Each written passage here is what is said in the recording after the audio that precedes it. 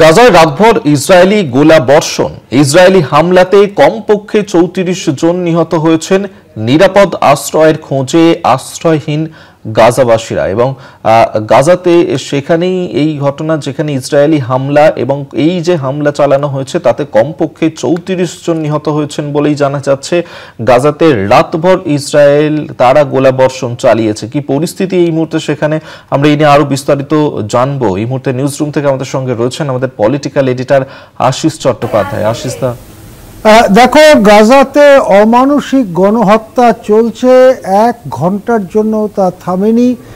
সারা পৃথিবীর প্রতিবাদ, সারা পৃথিবীর বিরোধিতাকে অগ্রাহ্য করে মার্কিন যুক্তরাষ্ট্রের মদতে, ট্রাম্পের মদতে গাজাকে একেবারে মানুষকে খুন করে গাজাকে জনশূন্য করে দেওয়ার যে পরিকল্পনা, সেই পরিকল্পনা দৃঢ়ভাবে চালিয়ে যাচ্ছে ইসরায়েল। এই গাজা সিটিকে দখল করবার জন্য বাড়তি 60,000 সেনা মোতায়েন করেছে। কলকাতা টিভিতে আমরা দেখালাম, কলকাতা টিভির পর্দায়, যে কিভাবে সারি সারি ট্যাঙ্ক, সারি সারি অত্যাধুনিক ট্যাঙ্ক দাঁড় করিয়ে দেওয়া হয়েছে, যেন একটা দেয়াল গাঁথা হয়েছে, এবং সেই ট্যাঙ্কগুলোর থেকে মুহুর্মুহু গোলা ছোড়া হচ্ছে, আকাশ থেকে বোমা বর্ষণ করা হচ্ছে। মুহূর্তের মধ্যেই গৃহহীন হয়ে যাচ্ছেন হাজার হাজার গাজাবাসী। তারা সামনে যা পাচ্ছেন, একটা সুটকেস বা একটা খাবার থালা, তাই নিয়ে রাস্তায় এসে দাঁড়াচ্ছেন। তাদের কোথাও যাওয়ার নেই, তাদের কাছে না আছে খাবার, না আছে চিকিৎসা, না আছে আশ্রয়। তারা একটা বিপুল জনসমষ্টি যারা আকাশের নিচে এসে দাঁড়িয়েছেন, তাদের কিচ্ছু করার নেই, তারা ওখানে ওভাবেই মারা যাবেন, এটা তারাও বুঝেছেন। তারই মধ্যে একটার পর একটা মৃতদেহ বেরিয়ে আসছে, ছিন্ন ভিন্ন মৃতদেহগুলো, এমন অবস্থা যে সেই মৃতদেহটি কার সেটা বোঝাই শক্ত হয়ে যাচ্ছে। নানান জায়গায় ছড়িয়ে ছিটিয়ে পড়ে আছে মানুষের দেহের অংশ। গাজাতে বেঁচে থাকা অসংখ্য পশুর দেহ ছিন্ন ভিন্ন হয়ে পড়ে আছে, মানুষের দেহ ছিন্ন ভিন্ন হয়ে পড়ে আছে। হাজার হাজার মানুষ রাস্তায় পাগলের মতো এদিক ওদিক করছেন, খাদ্য নেই। রাষ্ট্রপুঞ্জ ইতিমধ্যেই বলেছেন যে দুর্ভিক্ষ, পুরো দমে দুর্ভিক্ষ চলছে গাজাতে। প্রত্যেক দিন কয়েকশো শিশু মারা যাচ্ছেন, তারা অপুষ্টির অভাবে খেতে না পেয়ে মারা যাচ্ছেন, বৃদ্ধরা মারা যাচ্ছেন।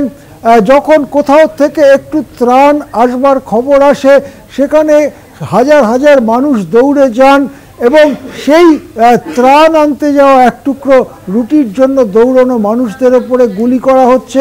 ইসরায়েলি বাহিনী সেই কাজটা করছে, সেখানে লুটিয়ে পড়ছেন একজনের পর একজন গাজাবাসী, প্যালেস্টিনীয়।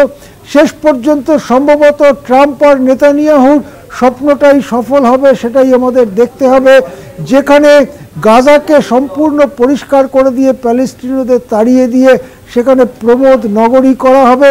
খবর যাতে বাইরে না আসে তার জন্য সাংবাদিকদের হত্যা করা হচ্ছে। গতকালই আমরা কলকাতা টিভিতে খবর করেছিলাম কিভাবে গাজার একটি হাসপাতালে ভয়ঙ্কর আক্রমণ চালিয়ে অন্তত 4 জন সাংবাদিককে হত্যা করা হয়েছে। ওই হামলায় আরও 14-15 জন রোগী এবং সাধারণ মানুষ মারা গেছেন। যে সাংবাদিকদের হত্যা করা হয়েছে তার মধ্যে আল জাজিরার সাংবাদিকও ছিলেন। এরা গাজার প্রকৃত পরিস্থিতি বাইরের দুনিয়াকে জানাবার চেষ্টা করছিলেন, যতটুকু সম্ভব জানাবার চেষ্টা করছিলেন। এখন প্রায় স্বাধীন সংবাদদাতা আর কেউ রইলেন না। যে খবর বাইরে আসবে এরপর থেকে সেটা হচ্ছে ইসরায়েল নিয়ন্ত্রিত সাংবাদিকদের খবর। সুতরাং গাজাতে যে নির্মম গণহত্যা চলবে, প্রত্যেক দিন শয়ে শয়ে মানুষকে খুন করা হবে ঠান্ডা মাথায়, তার খবর আসবার রাস্তাটাও আস্তে আস্তে বন্ধ হয়ে গেল। সেই নির্মম গণহত্যা গাজাতে চলছে, সেই ছবি আমরা দেখাচ্ছি। একেবারেই। আপাতত ধন্যবাদ। এতক্ষণ সরাসরি নিউজ রুম থেকে আমাদের সঙ্গে ছিলেন আমাদের পলিটিক্যাল এডিটর আশিস চট্টোপাধ্যায়।